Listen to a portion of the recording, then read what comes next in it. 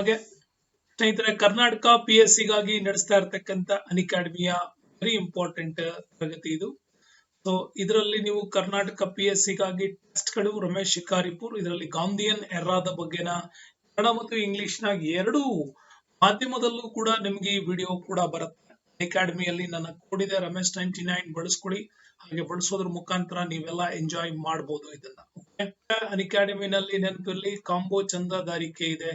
Karnataka PSC ಗಾಗಿ ನಡೆಸ್ತಾ ಇರ್ತಕ್ಕಂಥ ಟೀಚಿಂಗ್ ಎಕ್ಸಾಮ್ಸ್ ಅಲ್ಲಿ ನೋಡಬಹುದು, ಈ ಕಾಂಬೋ ಆಫರ್ ಅಲ್ಲಿ ನಿಮ್ಗೆ ಬೆಸ್ಟ್ ಪ್ರೈಸ್ ಕೂಡ ಸಿಗ್ತದೆ. ಹಾಗೆ ಬೆಸ್ಟ್ ಪ್ರೈಸ್ ಪಡಿಬೇಕು ಅಂತಂದ್ರೆ ಅನ್ಅಕಾಡೆಮಿನಲ್ಲಿ ನಮ್ಮ ಕೋಡ್ ಇದೆ ರಮೇಶ್ 99, ಇದನ್ನ ಬಳಸ್ಕೊಳ್ಳಿ. ದೆನ್ ಸ್ನೇಹಿತರೆ, ಸ್ಪರ್ಧಾ ಅನಾವರಣ ಇದೆ, ಪ್ರಶ್ನೋತ್ತರ ಸರಣಿಗಳು, ಪ್ರಚಲಿತ ಘಟನೆಗಳು, ಉನ್ನತ ಶಿಕ್ಷಣ ತಜ್ಞರಿಂದ ವಿಶ್ಲೇಷಣೆ ಕೂಡ ಇರುತ್ತೆ. 9 ರಿಂದ 9:30 ವರೆಗೆ ಶುಕ್ರವಾರದವರೆಗೂ ಕೂಡ ಇದು ಪ್ರಸಾರ ಆಗತ್ತೆ. ಇದನ್ನ ಕೂಡ ನೀವು ಅಷ್ಟೇನೆ ನಮ್ಮ ರೆಫರಲ್ ಕೋಡ್ ಇದೆ ರಮೇಶ್ 99, ರೆಫರಲ್ ಕೋಡ್ ಅನ್ನ ಬಳಸೋದ್ರ ಮುಖಾಂತರ ನೀವು ಈ ಕೋರ್ಸ್ ನ ಪರ್ಚೇಸ್ ಮಾಡಿದ್ರೆ 10% ಡಿಸ್ಕೌಂಟ್ ಅನ್ನ ಪಡಿಬಹುದು. ಇವತ್ತಿನ ನಮ್ಮ ಕರ್ನಾಟಕ PSC ಗಾಗಿ ನಡೆಸ್ತಾ ಇರ್ತಕ್ಕಂಥ ಮಾಕ್ ಟೆಸ್ಟ್ ನ ಅನಾಲಿಸಿಸ್ ಅನ್ನ ಮಾಡ್ತಾ ಇದ್ದೀನಿ. ಸೊ ಬಹಳ ಅದ್ಭುತವಾಗಿರ್ತಕ್ಕಂಥ ಮಾಡರ್ನ್ ಇಂಡಿಯನ್ ಹಿಸ್ಟ್ರಿ ಪ್ರಶ್ನೆಗಳು ನಿಮ್ಮ ಮುಂದೆ ಇದೆ ನೋಡಿ. ಪ್ರಶ್ನೆ ಬಂದ್ಬಿಟ್ಟು ಹೀಗಿದೆ. Question number 1, he was the Congress president of the 1929, 36, 37. ಇವರು ಅಧಿವೇಶನಗಳಲ್ಲಿ 3 ಕಾಂಗ್ರೆಸ್ ಅಧಿವೇಶನಗಳಿಗೆ ಅಧ್ಯಕ್ಷರಾಗಿದ್ದರು ಅಂತ ಹೇಳ್ತಾರೆ. He was appointed the chairman of the National Planning Committee set up 1938 Congress. 1938ರ Congress ಅಧಿವೇಶನದಲ್ಲಿ ರಾಷ್ಟ್ರೀಯ ಯೋಜನಾ ಸಮಿತಿಯ ಅಧ್ಯಕ್ಷರಾಗಿಯೂ ಕೂಡ ಇದ್ರು ಅಂತ. Next, he was associated with All Indian Kisan Sabha. ಆ ಕಿಸಾನ್ ಸಭಾದ ಸ್ಥಾಪನೆಯೊಂದಿಗೂ ಕೂಡ ಇವರು ಸಂಬಂಧವನ್ನ ಹೊಂದಿದ್ದಾರೆ. ಹಂಗಾರೆ ಮೇಲಿನಲ್ಲಿ ಯಾರ ಬಗ್ಗೆ ಇದರ ವಿವರಣೆ ಕೊಟ್ಟಿದೆ ಅಂತ. ಎ, ಸುಭಾಷ್ ಚಂದ್ರ ಬೋಸ್, ಜವಾಹರ್ಲಾಲ್ ನೆಹರು, JPN ಮತ್ತೆ ಮೋತಿಲಾಲ್ ನೆಹರು. ಈ ಪ್ರಶ್ನೆ ನೀವು ನೋಡ್ತಾ ಇರ್ಬೋದು ಸ್ನೇಹಿತರೆ, ಇದ್ರ ಬಗ್ಗೆ ಕಂಪ್ಲೀಟ್ ಆಗಿ ವಿವರಣೆ ಮಾಡಿರ್ತಕ್ಕಂಥದ್ದು ಯಾರ ಬಗ್ಗೆ ಅನ್ನೋದು ನಿಮ್ಗೆ ಚೆನ್ನಾಗಿ ಗೊತ್ತಿದೆ. ಸೊ ಇದನ್ನ ವಿವರಣೆ ಮಾಡ್ತಾ ಇರೋದು ಜವಾಹರ್ಲಾಲ್ ನೆಹರು ಅವ್ರ ಬಗ್ಗೆ. ನೆನಪಿಟ್ಕೊಳ್ಳಿ, ಜವಾಹರ್ಲಾಲ್ ನೆಹರು ಅವರು 1929 ಲಾಹೋರ್ ಸೆಷನ್ಸ್ ನ ಅಧ್ಯಕ್ಷರು ಕೂಡ ಆಗಿದ್ರು. 1936 ಅಲ್ಲಿ ಕೂಡ ಫೈಸ್ಪುರ ಕಾಂಗ್ರೆಸ್ ಅಧಿವೇಶನ ಮೊದಲ ಬಾರಿ ಗ್ರಾಮೀಣ ಪ್ರದೇಶದಲ್ಲಿ ನಡೆದಂತ ಅಧಿವೇಶನ ಇದು. ಸೊ ಗ್ರಾಮೀಣ ಪ್ರದೇಶದಲ್ಲಿ ಈ ಅಧಿವೇಶನ ನಡೆಯೋದಕ್ಕೆ ಮುಖ್ಯ ಕಾರಣ ಏನು ಅಂತಂತಂದ್ರೆ, ಇದು ಆ ಕಾಲಕ್ಕೆ ನಡೆದಂತ ಮೊದಲ ಬಾರಿ ಹಳ್ಳಿಯಲ್ಲಿ ನಡೆದಿರ್ತಕ್ಕಂತ ಅಧಿವೇಶನ ಇದು. ಈ ಹಳ್ಳಿಯಲ್ಲಿ ನಡೆದಿರ್ತಕ್ಕಂತ ಈ ಅಧಿವೇಶನದಲ್ಲಿ ಕೂಡ ವೆರಿ ಇಂಪಾರ್ಟೆಂಟ್ ಆಗಿ ಅವರು ಭಾಗವಹಿಸಿದ್ರು.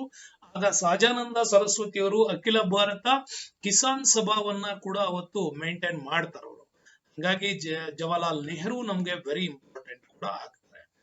ಕ್ವಶನ್ ನಂಬರ್ 2 ಹೇಳುತ್ತೆ, which of the following news paper were started by Mahatma Gandhiji ಅಂತ. ಮಹಾತ್ಮ ಗಾಂಧೀಜಿ 3 ಪೇಪರ್ಗಳಲ್ಲಿ ಯಾವ್ಯಾವ್ದನ್ನ ಅವರು ಆರಿಸ್ಕೊಂಡ್ರು ಅಂತ. Young India, Commonweal and Indian Opinion ಅಂತಿದೆ. ಆಪ್ಷನ್ಸ್ ನೋಡಿ, A and B only, B and C only, A and C only, A, B, C only ಅಂತ 3 ಇದೆ. ಸೊ ಇಲ್ಲಿ ನೀವು ನೋಡಬಹುದು ಗಾಂಧೀಜಿಯವರು ಪ್ರಾರಂಭಿಸಿರ್ತಕ್ಕಂಥ 3 ಪತ್ರಿಕೆಗಳು Young India, Commonweal, Indian Opinion. So options ಬಂದ್ಬಿಟ್ಟು ನಿಮ್ಗೆ A ಮತ್ತೆ B ಇದೆ, B ಮತ್ತೆ C ಇದೆ, A ಮತ್ತೆ C ಇದೆ, A, B, C ಇದೆ. ಹಾಗಾದ್ರೆ 3ರಲ್ಲಿ ಯಾವುದು ಅಂತ ನೀವು ಯೋಚನೆ ಮಾಡಬಹುದಾಗಿರ್ಬಹುದಂತದ್ದು. ಇಲ್ಲಿ ಕೂಡ ನಿಮ್ಗೆ ವೆರಿ ಇಂಟ್ರೆಸ್ಟಿಂಗ್, ಇದ್ರ ಬಗ್ಗೆ ನಾನು ಎನಾಲಿಸಿಸ್ ಮಾಡಬೇಕು ಅಂತಂದ್ರೆ ನಿಮಗೆ ಗೊತ್ತಿದೆ ಸ್ನೇಹಿತರೆ, ಕಾಮನ್ ವೀಲ್ ಏನಿದೆ ಅಲ್ಲ, ಈ ಕಾಮನ್ ವೀಲ್ ಅನ್ನ ಇವರು ಬರೆದದ್ದು ಅಲ್ಲ. ನಿಮಗೆ A ಮತ್ತೆ C ಮಾತ್ರ ಇದಕ್ಕೆ right answer.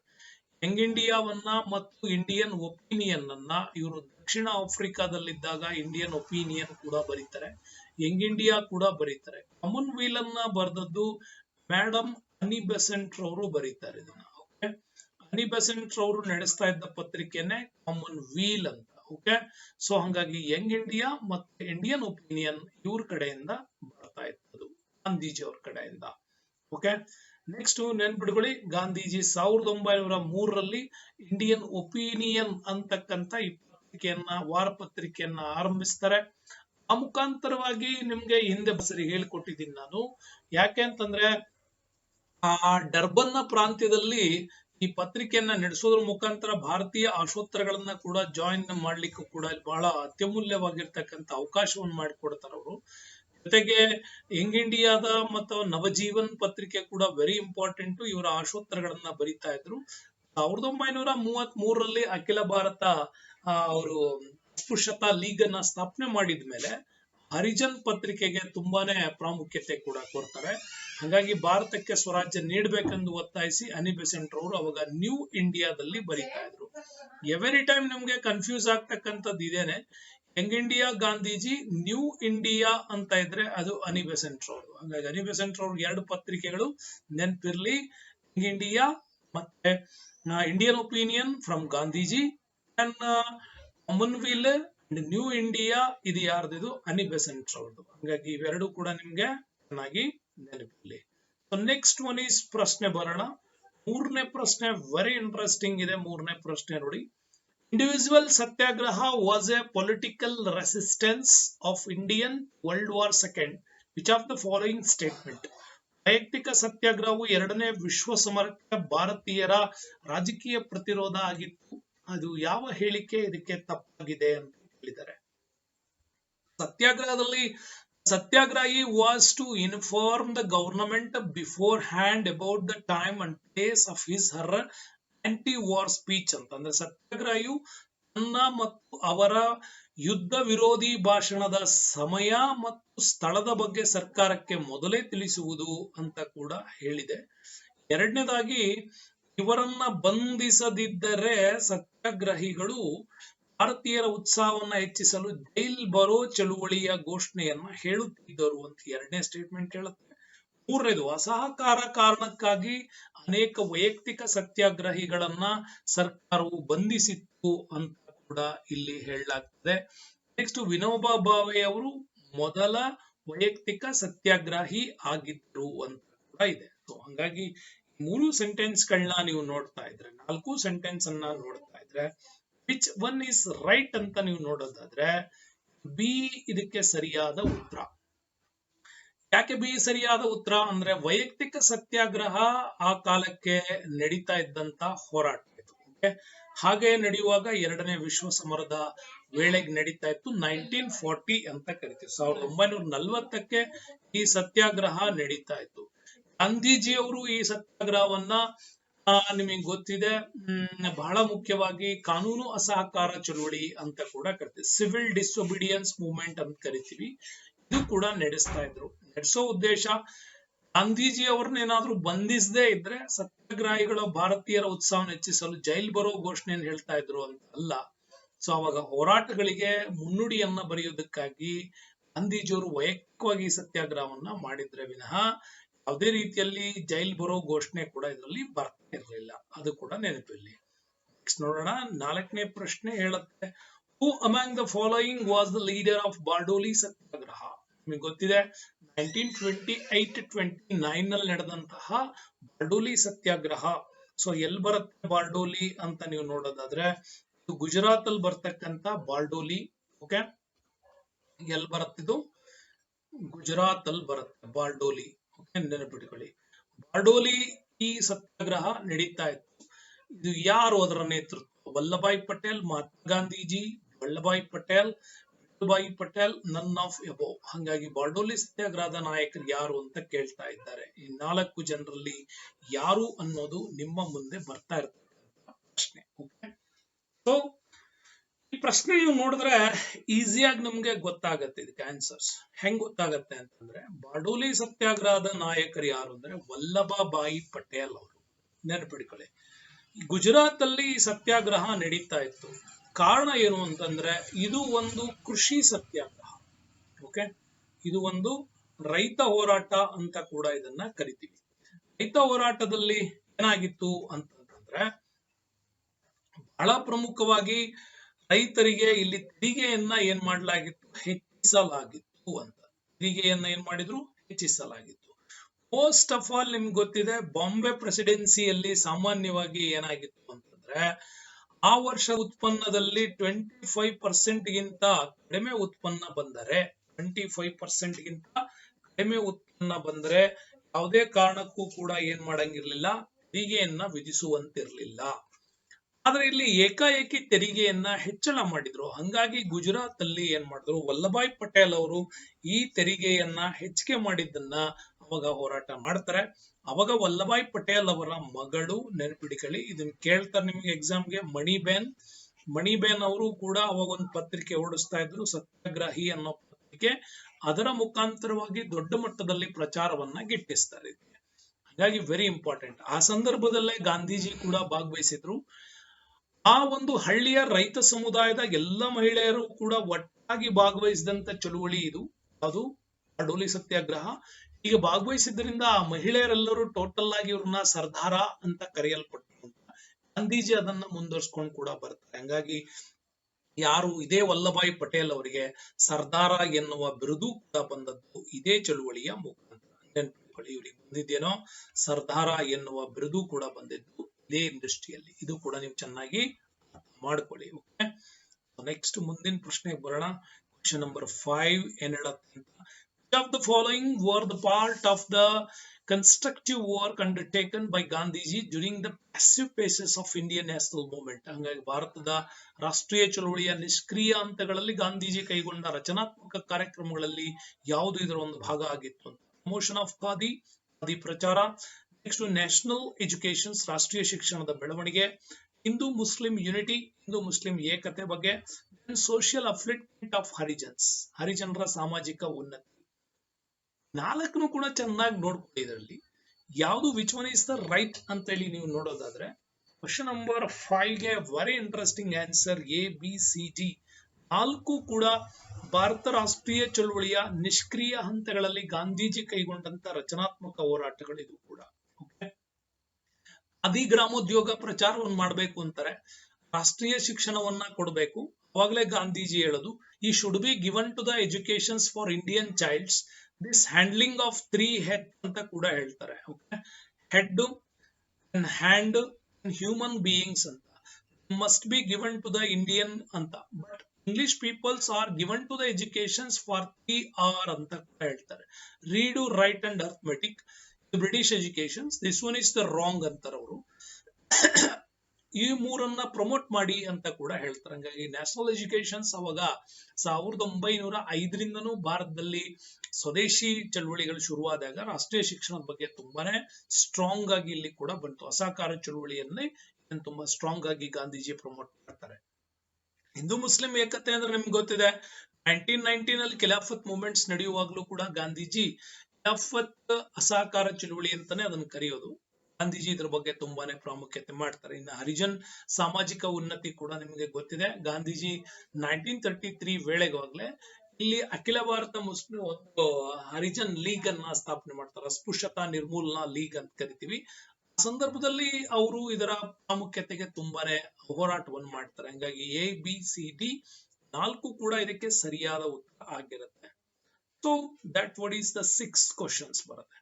Who among the following freedom fighters is called the prince among the patriots by Mahatma Gandhi? Okay, ಈ ಕೆಳಗಿನ ಸ್ವಾತಂತ್ರ್ಯ ಹೋರಾಟಗಾರರಲ್ಲಿ ಯಾರನ್ನ ಮಹಾತ್ಮ ಗಾಂಧೀಜಿಯವರು ದೇಶಭಕ್ತ ಒಳಗಿನ ರಾಜಕುಮಾರ ಎಂದು ಕರೆದರು ಅಂತ ಇದೆ. ನೇತಾಜಿ ಸುಭಾಷ್ ಚಂದ್ರ ಬೋಸ್, ಭಗತ್ ಸಿಂಗ್, ಆಮೇಲೆ ಶಿವರಾಮ್ ಹರಿ ರಾಜ್ಗುರು, ದೆನ್ ಜವಾಹರ್ಲಾಲ್ ನೆಹರು ಅಂತ ಇದೆ ಅಲ್ವಾ. ಸೊ ಕ್ವಶನ್ ನಂಬರ್ 6 ನೀವು ನೋಡಬಹುದು. ನೇತಾಜಿ ಸುಭಾಷ್ ಚಂದ್ರ ಬೋಸ್ ಅವರನ್ನ ಆ ಕಾಲಕ್ಕೆ ಗಾಂಧೀಜಿಯವರು ಹೇಳೋದು ಪ್ರಿನ್ಸ್ ಅಮಾಂಗ್ ದ ಪ್ಯಾಟ್ರಿಯೋಟ್ಸ್ ಅಂತ. ದೇಶಭಕ್ತ ಹೋರಾಟಗಾರರಲ್ಲಿ ದೊಡ್ಡ ರಾಜಕುಮಾರ ಇದ್ದ ಹಾಗೆ ಅಂತ ಕೂಡ ಸುಭಾಷ್ ಚಂದ್ರ ಬೋಸ್ ಅವ್ರನ್ನ ಹೊಗಳ್ತಾರೆ. ಅದು ಹೊಗಳಂತ ಮೂಮೆಂಟ್ ಆಲ್ರೆಡಿ ಗಾಂಧೀಜಿ ಅವರ ವಿರುದ್ಧ ಸುಭಾಷ್ ಚಂದ್ರ ಬೋಸ್ ಅವ್ರಿಗೆ ವೈಮನಸ್ಸು ಶುರುವಾಗಿತ್ತು. ಯಾವಾಗ 1922 ನಲ್ಲಿ 1922 ಫೆಬ್ರವರಿ 5ರಂದು ನಾನ್ ಕೋಆಪರೇಷನ್ಸ್ ಮೂವ್ಮೆಂಟ್ ಅಂದ್ರೆ ಅಸಹಕಾರ ಚಳುವಳಿಯನ್ನ ಗಾಂಧೀಜಿ ಯಾವಾಗ ರದ್ದು ಮಾಡ್ತಾರೋ ಆಗ ಗಾಂಧೀಜಿ ವರ್ಸಸ್ ನೇತಾಜಿ ಅವರ ಮಧ್ಯೆ ಸ್ವಲ್ಪ ವೈಮನಸ್ಸು ಉಂಟಾಯ್ತು. ಅವಾಗ್ಲೇನೆ ರಾಷ್ಟ್ರೀಯ ಯುವ ನೇತಾರರ ಹೋರಾಟಗಾರರಾಗಿದ್ದಾಗ ಇವರು ಅಹಿಂಸೆಯ ತತ್ವದಲ್ಲಿ ನಂಬಿಕೆ ಕರೆಕ್ಟ್, ಆದ್ರೆ ದೇಶದ ಯಾವುದೋ ಮೂಲೆಯಲ್ಲಿ ನಡೆದಂತ ಒಂದು ಹೋರಾಟದಿಂದಾಗಿ ಗಾಂಧೀಜಿ ಇದನ್ನ ನಿಲ್ಲಿಸೋದು ತಪ್ಪು ಅಂತ ಕೂಡ ಅವರು ವಾದವನ್ನ ಮಾಡ್ತಾರೆ. ಹಾಗಾಗಿ ಆ ನಿಟ್ಟಲ್ಲಿ ನಡೆದಂತ ವೆರಿ ಇಂಟ್ರೆಸ್ಟಿಂಗ್ ಹೋರಾಟ. ಗಾಂಧೀಜಿ ಕೊನೆ ಹಂತದಲ್ಲಿ 1944 ವೇಳೆಗೆ ಪ್ರಿನ್ಸ್ ಅಮಾಂಗ್ ದ ಪ್ಯಾಟ್ರಿಯೋಟ್ಸ್ ಆಫ್ ಅಂತ ಕೂಡ ಕರೀತಕ್ಕಂಥದ್ದು ಗಾಂಧೀಜಿ ಸುಭಾಷ್ ಚಂದ್ರ ಬೋಸ್ ಅವರಿಗೆ. ನೆಕ್ಸ್ಟ್ ಬೇಡ, ನಂಬರ್ 7 ಹೇಳುತ್ತೆ. With reference to Gandhiji's struggle, stress and struggles, STS strategy ಅಂತ ಅಂದ್ರೆ ಗಾಂಧೀಜಿಯವರ ಹೋರಾಟ ಒಪ್ಪಂದ ಹೋರಾಟ ಅನ್ನೋದು ಯಾವುದರ ಉಲ್ಲೇಖ ಅನ್ವಯ ಅಂತ ಕೂಡ ಹೇಳ್ತಾರೆ. Okay, a trace period enabled the masses of the reconquer the strength to fight. ಒಪ್ಪಂದದ ಅವಧಿಯು ಜನಸಾಮಾನ್ಯರಿಗೆ ಹೋರಾಡಲು ಶಕ್ತಿಯನ್ನ ಮರುಪಡೆಯಲು ಅನುವು ಮಾಡಿಕೊಡುತ್ತಂತ. ಬಿ ಹೇಳುತ್ತೆ Jawaharlal Nehru was a support of SCS strategy. Jawaharlal Nehru ಹೋರಾಟ ತಂತ್ರವನ್ನ ಬೆಂಬಲಿಸ್ತಾ ಇದ್ರು ಅಂತ. ಅದರಲ್ಲಿ ಯಾವ ಸ್ಟೇಟ್ಮೆಂಟ್ ಸರಿಯಾಗಿದೆ ಅಂತ ಹೇಳಿ ನೀವು ನೋಡ್ಬೋದು. ಸೊ 7ನೇ ಪ್ರಶ್ನೆಗೆ ವೆರಿ ಇಂಟ್ರೆಸ್ಟಿಂಗ್ ಸ್ಟೇಟ್ಮೆಂಟ್ ಅಂತಂದ್ರೆ ಇದರಲ್ಲಿ ಎ ಮಾತ್ರ ಸರಿಯಾಗಿದೆ. ಯಾಕೆ ಅಂತಂದ್ರೆ ಒಪ್ಪಂದದ ಅವಧಿಯು ಜನಸಾಮಾನ್ಯರಿಗೆ ಹೋರಾಡಲು ತಮ್ಮ ಶಕ್ತಿಯನ್ನ ಮರುಪಡೆಯಲು ಏನ್ ಮಾಡಿಕೊಡುತ್ತೆ, ಅವಕಾಶ ಮಾಡಿಕೊಡುತ್ತೆ ಅಂತ ಕೂಡ ತುಂಬಾನೇ ಬಲಯುತವಾಗಿ ನಂಬಿಕೆ ಇದ್ದಂಥದ್ದು. ಅದು ನಿಮ್ಗೆ ಚೆನ್ನಾಗಿ ಗೊತ್ತಿರಬೇಕು. ಬಟ್ ಜವಾಹರ್ಲಾಲ್ ನೆಹರು ಅವರ ಹೋರಾಟ ತಂತ್ರವನ್ನ ಬೆಂಬಲಿಸ್ತಾ ಇದ್ರು ಅನ್ನೋದು ರಾಂಗ್. ಅನೇಕ ಬಾರಿ ಗಾಂಧೀಜಿಯವರ ಈ ವಿಚಾರದಲ್ಲೂ ಕೂಡ ಅವರು ವಿರೋಧವನ್ನ ವ್ಯಕ್ತಪಡಿಸಿದ್ದು ಕೂಡ ಉಂಟು. ಸೊ ಹಾಗಾಗಿ A1 ಇದಕ್ಕೆ ರೈಟ್ ಆಗಿರ್ತಕ್ಕಂಥ ಆನ್ಸರ್ ಅಂತ ನಾವು ಅದನ್ನ ಹೇಳ್ಬೋದು. ಓಕೆ, ಸೊ ನೆಕ್ಸ್ಟ್ ಕ್ವಶನ್ಸ್ ಇದೆ. ಆಗಸ್ಟ್ ಆಫರ್ ವಾಸ್ ಅಂತ ಹೇಳ್ತಾ ಇದ್ದಾರೆ. ಆಗಸ್ಟ್ ಆಫರ್ 1940ಗೆ ನಡೀತು.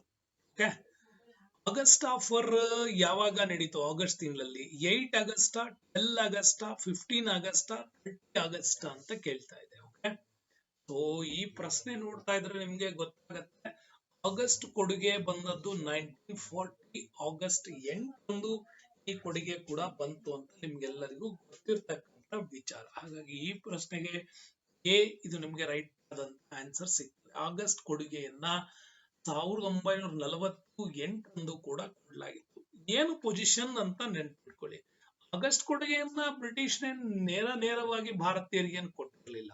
ಕಾರಣ ಏನಾಗಿತ್ತು ಅಂತಂದ್ರೆ 2ನೇ ಮಹಾಯುದ್ಧ ನಡೀತಾ ಇತ್ತು.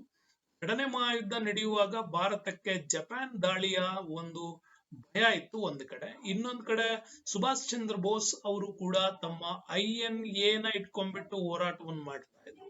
ಇಂಡಿಯನ್ ನ್ಯಾಷನಲ್ ಆರ್ಮಿ ಕೂಡ ದಾಳಿ ಮಾಡ್ತಾ ಇತ್ತು.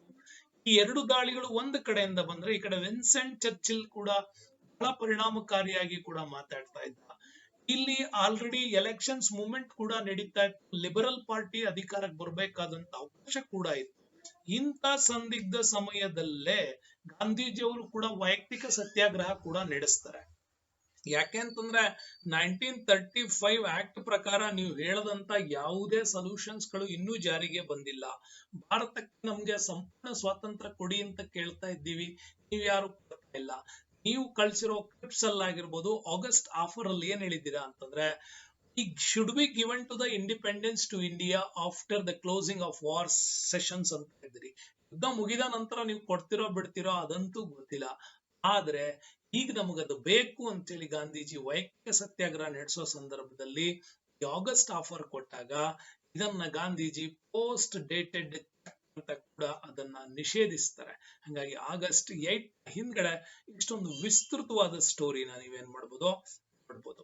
ನೆಕ್ಸ್ಟ್ ಬರೋಣ. ಕ್ವಶನ್ ನಂಬರ್ 9 ಹೇಳ್ತಾ ಇದೆ, ಕೋಮುವಾದಿ ಪ್ರಶಸ್ತಿಯನ್ನು ಈ ಕೆಳಗಿನ ಯಾವ ಬ್ರಿಟಿಷ್ ಪ್ರಧಾನಿ ಘೋಷಿಸಿದರು ಅಂತಂದ್ರೆ communal award. Okay, was announced by the British prime minister. ಯಾರು ಇದನ್ನ ಕೊಟ್ರು? ಸ್ಟ್ಯಾನ್ಲಿ ಬ್ಯಾಡ್ವಿನ್, ವಿನ್ಸೆಂಟ್ ಚರ್ಚಿಲ್, ಎಲ್ಮೆ Clement Attlee and Ramsay MacDonald. ಇದ್ರಲ್ಲಿ ಯಾರು ಕೊಟ್ರು ಅಂತ. ಓಕೆ, ಪ್ರತಿದಿನ ನಾನ್ ನಿಮ್ಗೆ 8 ಗಂಟೆ ಮಾಡೋ ಹಿಸ್ಟ್ರಿ ಕ್ಲಾಸ್ ಗಳಲ್ಲಿ ಬಹಳ ಅದ್ಭುತವಾಗಿ ಮಾಡರ್ನ್ ಇಂಡಿಯನ್ ಹಿಸ್ಟ್ರಿಯ ಈ ಪ್ರಶ್ನೆಗಳನ್ನ ಅನಾಲಿಸಿಸ್ ಮಾಡಿಕೊಟ್ಟಿದೀನಿ, ಗೊತ್ತಿರ್ಬೋದು ತಮ್ಗೆಲ್ಲ. ಕೋಮುವಾದಿ ಪ್ರಶಸ್ತಿಯನ್ನ ಘೋಷಣೆ ಮಾಡಿದ್ದು ಕೂಡ ಆ ಕಾಲಕ್ಕೆ ವೆರಿ ಇಂಪಾರ್ಟೆಂಟ್, ರಾಮ್ಸೆ ಮೆಕ್ಡೊನಾಲ್ಡ್ ಅಂತ ಕೂಡ ಕರಿತೀವಿ. ಈತ ಘೋಷಣೆ ಮಾಡ್ತಾನೆ. ಯಾವಾಗ? ನೆನಪಿರ್ಲಿ, 2ನೇ ರೌಂಡ್ ಟೇಬಲ್ ಕಾನ್ಫರೆನ್ಸ್ ನಡೀತಾ ಇತ್ತು, ದುಂಡು ಮೇಜಿನ ಸಮ್ಮೇಳನ. 2ನೇ ದುಂಡು ಮೇಜಿನ ಸಮ್ಮೇಳನ ನಡೀತಾ ಇತ್ತು. ಈ 2ನೇ ದುಂಡು ಮೇಜಿನ ಸಮ್ಮೇಳನ ನಡೆಯುವಂತ ಸಂದರ್ಭದಲ್ಲಿ ಈ ರಾಮ್ಸೆ ಮೆಕ್ಡೊನಾಲ್ಡ್ ಏನ್ ಮಾಡ್ತಾರೆ, ಈ ಒಂದು ಅನೌನ್ಸ್ ಅನ್ನ ಮಾಡ್ತಾರೆ. ಏನಂತ? Communal awards. ಕಮ್ಯುನಲ್ ಅವಾರ್ಡ್ಸ್ ಅಲ್ಲಿ ಏನಿತ್ತು ಅಂತಂದ್ರೆ very important, provisional for all caste and categories ಅಂತ ಹೇಳ್ತಾನೆ. ಏನಂದ್ರೆ ಎಲ್ಲರಿಗೂ ಕೂಡ ಸಮಾನವಾಗಿರ್ತಕ್ಕಂತಹ ಪ್ರಾಧಾನ್ಯತೆಯನ್ನ ಕೂಡ ಕೊಡ್ಲಾಗತ್ತೆ ಅಂತ ಕೂಡ ಹೇಳತ್ತಾನೆ. ಭಾರತವನ್ನ ಜಾತಿಗಳ ಆಧಾರದ ಮೇಲೆ ವಿಭಜಿಸಿ ಪ್ರತಿಯೊಬ್ಬರಿಗೂ ಕೂಡ ಅಲ್ಲಿ ರಿಸರ್ವೇಶನ್ಸ್ ಕೋಟಾಗಳನ್ನ ಆತ ಅನೌನ್ಸ್ ಮಾಡಿರ್ತಾರೆ. ಬಟ್ ಅನೌನ್ಸ್ ಮಾಡುವ ವಿಚಾರವೂ ಕೂಡ ಅಲ್ಲಿ ಸಂದಿಗ್ಧತೆಯನ್ನ ತಂದೊಡ್ಡಿತ್ತು. ಇದನ್ನೇ ಅಲ್ಲಿ ಆಧಾರವಾಗಿ ಇಟ್ಕೊಂಡ್ಬಿಟ್ಟು ಕಮ್ಯುನಲ್ ಅವಾರ್ಡ್ ಅನ್ನ ಗಾಂಧೀಜಿ ವಿರೋಧ ಕೂಡ ಮಾಡ್ತಾರೆ. ಗಾಂಧೀಜಿ ವಿರೋಧ ಮಾಡ್ಬಿಟ್ಟು ಎರಡನೇ ದುಂಡು ಮೇಜಿನ ಸಮ್ಮೇಳನದಿಂದ ಗಾಂಧೀಜಿ ಭಾರತಕ್ಕೆ ವಾಪಸ್ ಬರ್ತಾರೆ. ವಾಪಸ್ ಬಂದ್ಬಿಟ್ಟು ಪುನಃ ಅವರು ಭಾರತದಲ್ಲಿ ಆರಂಭ ಮಾಡ್ತಾರೆ. ಏನ್ ಮಾಡ್ತಾರೆ? ಸಿವಿಲ್ ಡಿಸೊಬಿಡಿಯನ್ಸ್ ಮೂವ್ಮೆಂಟ್ ಅನ್ನ ಕೂಡ ಆರಂಭ ಮಾಡ್ತಾರೆ. ಸಿವಿಲ್ ಡಿಸೊಬಿಡಿಯನ್ಸ್ ಮೂವ್ಮೆಂಟ್ ಅಂತ ಕರಿತೀವಿ. ಮತ್ತೆ ಸಿಡಿಎಂ ನಾಗರಿಕ ಅಸಹಕಾರ ಚಳುವಳಿಯನ್ನ ವರ್ಲ್ಡ್ ವೈಡ್, ನಮ್ಮ ದೇಶದಾದ್ಯಂತ ನ್ಯಾಷನಲ್ ವರ್ಲ್ಡ್ ಅಲ್ಲಿ ಇದನ್ನ ಸ್ಟಾರ್ಟ್ ಮಾಡ್ತಾರೆ. ಮತ್ತೆ ಗಾಂಧೀಜಿಯವರ ಹೋರಾಟ ಮುಂದುವರಿಯುತ್ತೆ. 1932 ನೆನಪಿರಲಿ ಪುಣೆ ಒಪ್ಪಂದ ಕೂಡ ಅಂತ ಕರಿತೀವಿ, ಅಥವಾ ಪೂನಾ ಪ್ಯಾಕ್ಟ್ ಅಂತ ಕೂಡ ಕರಿತೀವಿ. ಓಕೆ, ಪೂನಾ ಒಪ್ಪಂದ ನಡೀತು. ಈ ಪೂನಾ ಒಪ್ಪಂದದಲ್ಲಿ ಸೇಮ್ ಕಮ್ಯುನಲ್ ಅವಾರ್ಡ್ಸ್ ನ ಬಗ್ಗೆ ಚರ್ಚೆ ನಡೆಯುತ್ತೆ ಭಾರತದಲ್ಲಿ. ಆಗ ಒಂದ್ ಕಡೆ ಗಾಂಧೀಜಿ ಅವರಿದ್ರು ಅಂಡ್ ವರ್ಸಸ್ ಎದುರುಗಡೆ ಅಂಬೇಡ್ಕರ್ ಅವರಿದ್ರು. ಗಾಂಧೀಜಿ ಅಂಡ್ ವರ್ಸಸ್ ಅಂಬೇಡ್ಕರ್ ಅವರ ನಡುವೆ ಒಂದು ದೊಡ್ಡ ಮಟ್ಟದ ಒಪ್ಪಂದ ನಡೀತು. ಈ ಒಪ್ಪಂದ ನಡೆದದ್ದು ಮದನ್ ಮೋಹನ್ ಮಾಲ್ವೀಯ ಅವರ ನೇತೃತ್ವದಲ್ಲಿ. ನೆನಪಿಟ್ಕೊಳ್ಳಿ, ಪೂನಾ ಪ್ಯಾಕ್ಟ್ ನ ಒಂದು ಸಂಬಂಧವನ್ನ ಬೆಸೆದಿದ್ದು ಯಾರು ಅಂದ್ರೆ ಮದನ್ ಮೋಹನ್ ಮಾಲ್ವೀಯ. ಈ ಕಡೆ ಗಾಂಧೀಜಿನ ಕರ್ಕೊಂಡ್ ಬರ್ತಾರೆ. ಆಮೇಲೆ ಸಪ್ರು ಅವರು ಕೂಡ, ಫೈಜುದ್ದೀನ್ ಸಪ್ರು ಅವರು ಅಂತ ಏನ್ ಕರಿತೀವಿ, ಅವರು ಅಂಬೇಡ್ಕರ್ ಅವ್ರನ್ನ ಕರ್ಕೊ ಬರ್ತಾರೆ. ಇಬ್ರು ಕೂಡ ಮಾತುಕತೆ ಮಾಡ್ಬಿಟ್ಟು ಕಮ್ಯುನಲ್ ಅವಾರ್ಡ್ಸ್ ನ ಇರತಕ್ಕಂತ ಚರ್ಚೆಗಳನ್ನ ಮಾಡ್ತಾರೆ. ಕೊನೆಗೆ ಪುಣೆ ಒಪ್ಪಂದ ಆಯ್ತು. ಪುಣೆ ಒಪ್ಪಂದ ನಿಮ್ಗೂ ಕೂಡ ಗೊತ್ತಿದೆ, ಧಾರವಾಡ ಜೈಲಲ್ಲಿ ನಡೆದಿರ್ತಕ್ಕಂಥ ಒಂದು ದೊಡ್ಡ ಒಪ್ಪಂದ ಅಂತ ಅದನ್ನ ಹೇಳಲಾಗುತ್ತೆ. ಸೊ ನೆಕ್ಸ್ಟ್ ಬರೋಣ, ಕ್ವೆಶ್ಚನ್ ನಂಬರ್ 10. ಸೂಪರ್ ಆಗಿದೆ. ಈ ಕೆಳಗಿನ ಯಾವ ಸಾಮೂಹಿಕ ಆಂದೋಲನವನ್ನ ಪ್ರಾರಂಭಿಸಿದಾಗ ಗಾಂಧೀಜಿಯವರು ಅದನ್ನ ಕುರಿತು ಇದು ನನ್ನ ಜೀವನದ ಅತಿ ದೊಡ್ಡ ಹೋರಾಟ ಎಂದು ಹೇಳಿದರು ಅಂತ. While the launching which of the following the mass movements Gandhi called is the biggest fight my life ಅಂತ ಯಾವ್ದನ್ನ ಕುರಿತು ಹೇಳಿದ್ರು ಅವರು? ಸಿವಿಲ್ ಡಿಸೊಬಿಡಿಯನ್ಸ್ ಮೂವ್ಮೆಂಟ್, ಕಾನೂನು ಅಸಹಕಾರ ಚಳುವಳಿ, ಕೋಮು ಒಪ್ಪಂದದ ವಿರುದ್ಧದ ಉಪವಾಸ, ನಾನ್ ಕೋಆಪರೇಷನ್ಸ್ ಮೂವ್ಮೆಂಟ್ ಅಸಹಕಾರ ಚಳುವಳಿ, ಕ್ವಿಟ್ ಇಂಡಿಯಾ ಚಳುವಳಿ ಅಂತ ನೀವು ನೋಡೋದಾದ್ರೆ 10ನೇ ಪ್ರಶ್ನೆಗೆ ವೆರಿ ಇಂಟ್ರೆಸ್ಟಿಂಗ್ ಆನ್ಸರ್ ಅಂತಂದ್ರೆ ಕ್ವಿಟ್ ಇಂಡಿಯಾ ಚಳುವಳಿ. ಕ್ವಿಟ್ ಇಂಡಿಯಾ ಚಳುವಳಿಯನ್ನ ಕೂಡ ಗಾಂಧೀಜಿ ಆರಂಭಿಸೋ ವೇಳೆಗೆ ನಿಮಗೆ ಗೊತ್ತಿದೆ 1942 ವೇಳೆಗೆ ಆಗಸ್ಟ್ 8 ಆರಂಭಿಸುವಂತ ಸಂದರ್ಭದಲ್ಲಿ ಆಗಸ್ಟ್ 6 ಇಂದನೇ ಅದರ ಪ್ರಾವಿಷನ್ ಶುರುವಾಯಿತು. 6, 7, 8, 9 ವರೆಗೂ ಕೂಡ ನಡೀತು.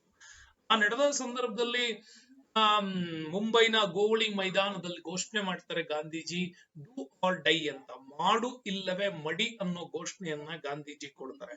ಕೊಡೋದ್ರ ಮುಖಾಂತರವಾಗಿ ಕ್ವಿಟ್ ಇಂಡಿಯಾ ರೆಸಲ್ಯೂಷನ್ಸ್ ಅನ್ನು ಕೂಡ ಪಾಸ್ ಮಾಡ್ತಾರೆ. ಪ್ರತಿಯೊಬ್ರು ಕೂಡ ಚಳುವಳಿಯಲ್ಲಿ ಭಾಗವಹಿಸುವಷ್ಟು ಪ್ರೇರೇಪಣೆ ಕೂಡ ಆಯ್ತು. ಈ ದೊಡ್ಡ ಹೋರಾಟದಲ್ಲಿ ಕೂಡ ಗಾಂಧೀಜಿ ನನ್ನ ಜೀವನದ ಅತಿ ದೊಡ್ಡ ಹೋರಾಟ ಅಂತ ಮುಂದೆ ಅದನ್ನ ಎಕ್ಸ್ಪ್ಲೈನ್ ಕೂಡ ಮಾಡ್ತಾರೆ. ಓಕೆ, ಇಂಡಿಯಾ ಚಳುವಳಿ ಅದು. ನೆಕ್ಸ್ಟ್ ಬೇಡ, ಕ್ವಶನ್ ನಂಬರ್ 11 ಏನ್ ಹೇಳುತ್ತೆ? Question number 11 is given to the positive mood. ಈ ಕೆಳಗಿನವರಲ್ಲಿ ಯಾರನ್ನು ಮಹಾತ್ಮ ಗಾಂಧೀಜಿ ತಮ್ಮ ರಾಜಕೀಯ ಗುರು ಅಂತ ಪರಿಗಣಿಸಿದ್ರು ಅಂದ್ರೆ ನಿಮಗೆ ಇಲ್ಲಿ ಗೊತ್ತಾಗತ್ತೆ. ಗೋಪಾಲ್ ಕೃಷ್ಣ ಗೋಖಲೆ ಅವರು, ನೆಹರು ಅವರ, ಬಾಲಗಂಗಾಧರ್ ತಿಲಕ್ ಅಂಡ್ ಗದವಾಯಿ ನರೋಜಿ, 4 ಜನರಲ್ಲಿ ಯಾರನ್ನ ಗಾಂಧೀಜಿ ತಮ್ಮ ರಾಜಕೀಯ ಗುರು ಅಂತ ಅನ್ಕೊಂಡ್ರು ಅಂತ ನೀವು ನೋಡೋದಾದ್ರೆ ವೆರಿ ಇಂಟ್ರೆಸ್ಟಿಂಗ್ ಆನ್ಸರ್ ಇದು, ಗೋಪಾಲ್ ಕೃಷ್ಣ ಗೋಖಲೆ ಅವ್ರನ್ನ ನೆನಪಿಟ್ಕೊಳ್ಳಿ. ಗಾಂಧೀಜಿಯವರು ತಮ್ಮ ರಾಜಕೀಯ ಗುರು ಅಂತ ಆಯ್ಕೆ ಮಾಡ್ಕೊಂಡಿದ್ದು ಗೋಪಾಲ್ ಕೃಷ್ಣ ಗೋಖಲೆ ಅವರನ್ನ ನೆನ್ಪಿಟ್ಕೊಳ್ಳಿ. 1901ರಲ್ಲಿ ಗಾಂಧೀಜಿ ದಕ್ಷಿಣ ಆಫ್ರಿಕಾದಿಂದ ಬಂದ್ಬಿಟ್ಟು ಕೋಲ್ಕತ್ತಾ ಕಾಂಗ್ರೆಸ್ ಸೆಷನ್ಸ್ ಗೆ ಭಾಗವಹಿಸ್ತಾರೆ. ನೆನ್ಪಿಟ್ಕೊಳ್ಳಿ, ಕೋಲ್ಕತ್ತಾ ಕಾಂಗ್ರೆಸ್ ಸೆಷನ್ಸ್ ಏನಿದೆ, ಇಂಡಿಯನ್ ನ್ಯಾಷನಲ್ ಕಾಂಗ್ರೆಸ್, ಇದು ಗಾಂಧೀಜಿ ಭಾಗವಹಿಸಿದಂತಹ ಮೊಟ್ಟ ಮೊದಲ ಕಾಂಗ್ರೆಸ್ ಅಧಿವೇಶನ ಇದು. ಓಕೆ, ಗಾಂಧೀಜಿ 1901 ಕೋಲ್ಕತ್ತಾ ಸೆಷನ್ಸ್ ಅಲ್ಲಿ ಅವಾಗ ದಿನ್ ಶಾ ವಾಚಾ ಅವರು ಅಧ್ಯಕ್ಷರು. ಅವಾಗ ಓಕೆ, ದಿನ್ ಶಾ ವಾಚಾ ಅವರು ಅಧ್ಯಕ್ಷರಾಗಿದ್ರು. ಅವರು ಪ್ರೆಸಿಡೆಂಟ್ ಮಾಡ್ತಿದ್ದಂತ ಕಾಂಗ್ರೆಸ್ ಸೆಷನ್ಸ್ ಅದು. ಆ ಸೆಷನ್ಸ್ ಗೆ ಭಾಗವಹಿಸಿದಂತ ಗಾಂಧೀಜಿ ರಾಜಕೀಯ ನಾಯಕ ಮತ್ತು ವಿಚಾರವಾಗಿ ಒಂದು ಹೋರಾಟವನ್ನ ಅಲ್ಲಿ ಗೋಪಾಲ್ ಕೃಷ್ಣ ಗೋಖಲೆ ಅವರ ವಿವರಗಳಿಂದ ತುಂಬಾ ಪ್ರಭಾವಿತರಾಗ್ತಾರೆ. ಹಾಗೆ ಪ್ರಭಾವಿತರಾದಾಗ ಗಾಂಧೀಜಿ ಹೇಳ್ತಾರೆ, ನಾನು ಈ ದೇಶದಲ್ಲಿ ನಿಮ್ಮ ತರದ ಒಬ್ಬ ಲೀಡರ್ಶಿಪ್ಸ್ ಅನ್ನ ಮಾಡ್ಬೇಕು ಅಂದ್ರೆ ಏನ್ ಮಾಡ್ಬೇಕು ಅಂತ ಕೇಳಿದಾಗ ಗೋಪಾಲ್ ಕೃಷ್ಣ ಗೋಖಲೆ ಹೇಳ್ತಾರೆ, ಮೊದಲು ಲೀಡರ್ಶಿಪ್ಸ್ ಅನ್ನೋದು ಸುಮ್ಮನೆ ಸರಳವಾಗಿ ಬರೋದಲ್ಲ.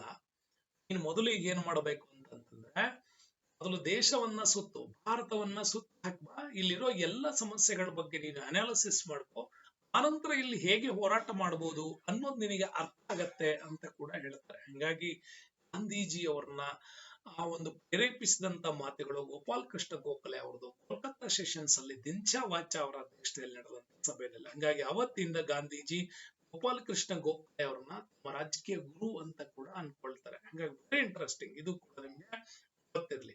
ಓಕೆ, ಇಲ್ಲಿ ದಾದಾಬಾಯಿ ನವರೋಜಿ ಕೂಡ ಅವಾಗ ಇದ್ದಂತವ್ರು, ಬಾಲ್ ಗಂಗಾಧರ್ ತಿಲಕ್ ಇದ್ರು, ಜವಾಹರ್ಲಾಲ್ ನೆಹರು ಮತ್ತೆ ಮೋತಿಲಾಲ್ ನೆಹರು ಇಬ್ರು ಕೂಡ ಇದ್ದಂತ ಸಂದರ್ಭ. ಹಂಗಾಗಿ Gopal Krishna Gokhale very interesting persons ಕೂಡ. ಆಮೇಲೆ ಸರ್ವೆಂಟ್ಸ್ ಆಫ್ ಇಂಡಿಯಾ ಸೊಸೈಟಿ ಕೂಡ ಸ್ಥಾಪಕರು ಇವರೇನೆ. ಭಾರತದ ಸ್ವತಂತ್ರದ ಹೋರಾಟಕ್ಕೆ ತುಂಬಾ ಪ್ರೇರಣೆ ಮಾಡ್ತಾರೆ ಗೋಪಾಲ್ ಕೃಷ್ಣ ಗೋಖಲೆ ಅವರು. 1905 ವಾರಣಾಸಿ ಸೆಷನ್ಸ್ ನಮ್ಗೆ ವೆರಿ ಇಂಟ್ರೆಸ್ಟಿಂಗ್ ಆಗಿ ಸಿಗುತ್ತೆ ಗೋಪಾಲ್ ಕೃಷ್ಣ ಗೋಖಲೆ ಅವ್ರದ್ದು. ವಾರಣಾಸಿ ಸೆಷನ್ಸ್ ಅಲ್ಲಿ ಕೂಡ ಅವರು ಹೇಳ್ತಾರೆ ಸ್ವರಾಜ್ಯದ ಬದುಕು ಎಷ್ಟು ಅದ್ಭುತ ಅನ್ನೋದ್ರ ಬಗ್ಗೆ ಅವರು ತಮ್ಮ ಅಧ್ಯಕ್ಷೀಯ ಭಾಷಣದಲ್ಲಿ ಮಾತಾಡ್ತಾರೆ. ಹಾಗಾಗಿ ಸ್ವರಾಜ್ಯ ಸ್ವದೇಶಿ ಅನ್ನೋ ಕಲ್ಪನೆಗಳೆಲ್ಲ ಇಲ್ಲಿಂದ ಶುರುವಾಗುತ್ತೆ. 1906ಗೆ ಅದು ತುಂಬಾನೇ ಎಮರ್ಜೆನ್ಸ್ ಆಗಿ ಮುಂದೆ ದಾದಾಬಾಯಿ ನವರೋಜಿ ಅವರು ಮುಂದಿನ ಅಧ್ಯಕ್ಷೀಯ ಭಾಷಣದಲ್ಲಿ ಇದನ್ನ ಕಂಟಿನ್ಯೂಟಿ ಮಾಡ್ಕೊಂಡು ಹೋಗ್ತಾರೆ. ಹಾಗಾಗಿ ಸ್ವದೇಶಿ ಹೋರಾಟ ಅಂತ ಬಂದ್ರೆ 1906 ಕೋಲ್ಕತ್ತಾ ಸೆಷನ್ಸ್ಗೆ ಹಾಕ್ತಾರೆ. ಅದರ ಮೂಲ ಹುಡುಕ್ತಾ ಹೋದ್ರೆ ನಿಮ್ಗೆ ದಯಾನಂದ ಸರಸ್ವತಿ ಅವ್ರ ತನಕ ಬರುತ್ತೆ. ಇಷ್ಟು ಇದ್ರ ಬಗ್ಗೆ ನಿಮ್ಗೆ ಗೊತ್ತಿಲ್ಲ. ನೆಕ್ಸ್ಟ್ ಕ್ವಶನ್ಸ್ ಇದೆ. ಕ್ವಶನ್ ನಂಬರ್ 12 ಏನ್ ಹೇಳುತ್ತೆ ಅಂತ ನೋಡೋಣ. ಮಹಾತ್ಮ ಗಾಂಧೀಜಿ ಅವರು ಸಂಘಟಿಸಿದ ಮೊದಲ ಜನಾಂದೋಲನ ಯಾವುದು ಅಂತ. ಉಪ್ಪಿನ ಸಾಲ್ಟ್ ಮೂವ್ಮೆಂಟ್, ದಂಡಿ ಸತ್ಯಾಗ್ರಹನ, ಅಸಹಕಾರ ಚಳುವಳಿ, ಆಪರೇಷನ್ಸ್ ಮೂವ್ಮೆಂಟ್, ಭಾರತ ಬಿಟ್ಟು ತೊಲಗಿ ಕ್ವಿಟ್ ಇಂಡಿಯಾ ಚಳುವಳಿ, ಇಂಡಿಗೋ ಚಳುವಳಿ ಅಥವಾ ನೀಲಿ ಬೆಳೆಗಾರರ ಹೋರಾಟ ಅಂತ.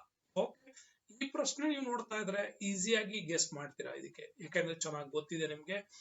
ಗಾಂಧೀಜಿ ಅವರ ಮೊದಲ ಒಂದು ಅಸಹಕಾರ ಚಳುವಳಿಗಿಂತ ಮೊದಲು ನಮಗೆ ಕಾಣೋದು ಇಂಡಿಗೋ ಚಳುವಳಿ ಅಂತ ಕೂಡ. ಓಕೆ, ಬಿಹಾರದ ಚಂಪಾರಣ್ಯದಲ್ಲಿ, ಓಕೆ ವೆರಿ ಇಂಟ್ರೆಸ್ಟಿಂಗ್, ಏನು ಬಿಹಾರದಲ್ಲಿದ್ದಂತ ಚಂಪಾರಣ್ಯ ಸತ್ಯಾಗ್ರಹ ಅಂತ ಕೂಡ ಕರಿತೀವಿ. ಬಿಹಾರದ ಚಂಪಾರಣ್ಯದಲ್ಲಿ ನೀಲಿ ಬೆಳೆಗಾರರಿದ್ರು. ಓಕೆ, ನೀಲಿ ಬೆಳೆಗಾರರ ಒಂದು ದೊಡ್ಡ ಮಟ್ಟದಲ್ಲಿ ಶೋಷಣೆ ನಡೀತಾ ಇತ್ತು ಬ್ರಿಟಿಷರಿಂದ. ಇವರ ನೀಲಿಯನ್ನ ಖರೀದಿ ಚೆನ್ನಾಗಿ ಮಾಡ್ತಾ ಇಲ್ಲ. ಯಾಕೆಂದ್ರೆ ಅವಾಗ ಜರ್ಮನ್ ದೇಶ ಒಂದು ಆರ್ಟಿಫಿಷಿಯಲ್ ಡೈ ಅನ್ನ ಕಂಡಿಡಿದಿತ್ತು. ಹಾಗಾಗಿ ಬಟ್ಟೆಗೆ ಬಳಸುವಂತ ಬಣ್ಣವನ್ನ ಈ ರೀತಿ ಡೈ ಅನ್ನ ಉಪಯೋಗಿಸ್ಕೊಂಡ್ಬಿಟ್ಟು ಬಳಸ್ತಾ ಇದ್ರು. ಹಂಗಾಗಿ ನ್ಯಾಚುರಲ್ ಆಗಿರ್ತಕ್ಕಂತಹ ಇಂಡಿಗೋಕ್ಕೆ ಡಿಮ್ಯಾಂಡ್ ಕಡಿಮೆ ಆಗಿತ್ತು. ಹಂಗಾಗಿ ಇದನ್ನ ಅಲ್ಲಿ ಏನ್ ಮಾಡ್ತಾ ಇರ್ಲಿಲ್ಲ, ಖರೀದಿ ಮಾಡ್ತಾ ಇರ್ಲಿಲ್ಲ. ಆದ್ರೆ ತೀನ್ ಕಟಿಯಾ ಸಿಸ್ಟಮ್ಸ್ ಅಲ್ಲಿ ಬಿಹಾರದಲ್ಲಿ ಇದನ್ನ ಬೆಳಿಲೇಬೇಕಾದಂತ ಕಂಡೀಷನ್ಸ್ ಕೂಡ ಏನ್ ಮಾಡಲಾಗಿತ್ತು, ಹಾಕಲಾಗಿತ್ತು. ಹಾಗಾಗಿ ಮೂರನೇ ಒಂದು ಭಾಗದಲ್ಲಿ ಈ ಒಂದು ಬೆಳೆಯನ್ನು ಬೆಳೀತಕ್ಕಂತಹ ರೈತರಿಗೆ ಚಂಪಾರಣ್ಯ ಭಾಗದಲ್ಲಿ ತುಂಬಾನೇ ಹಿಂಸೆ ಆಗಿತ್ತು. ಇದನ್ನ ವಿರೋಧಿಸ್ಬಿಟ್ಟೆ ಅಲ್ಲಿ ಏನ್ ಮಾಡಿದ್ರು, ಹೋರಾಟ ಕೂಡ ನಡೀತಾ ಇತ್ತು. ಅವಾಗ ರಾಜ್ಕುಮಾರ್ ಶುಕ್ಲಾ ಬರ್ತಾರೆ ಇಲ್ಲಿ. ಯಾರೋ ರಾಜ್ಕುಮಾರ್ ಶುಕ್ಲಾ, ವೆರಿ ಇಂಪಾರ್ಟೆಂಟ್ ಆಗಿರ್ತಕ್ಕಂಥ ಪರ್ಸನ್. ಇವರೇ ಗಾಂಧೀಜಿ ಅವರನ್ನ ಏನ್ ಮಾಡ್ತಾರೆ, ಈ ಚಳುವಳಿಗೆ ಬರುವಂತೆ ಪ್ರೇರೇಪಣೆ ಮಾಡ್ತಾರೆ ಅಂತ. ಯಾಕಂದ್ರೆ ಅಲ್ಲಿನ ಜಮೀನ್ದಾರ್ ಕೂಡ ಇವರಾಗಿದ್ರು. ಆಗ ಈ ಒಂದು ಇಂಡಿಗೋ ಚಳುವಳಿಯನ್ನ ಅಲ್ಲಿ ನಾಯಕತ್ವ ಮತ್ತು ನೇತೃತ್ವವನ್ನು ವಹಿಸಿಕೊಂಡವ್ರೆ ರಾಜೇಂದ್ರ ಪ್ರಸಾದ್ ಅವರು.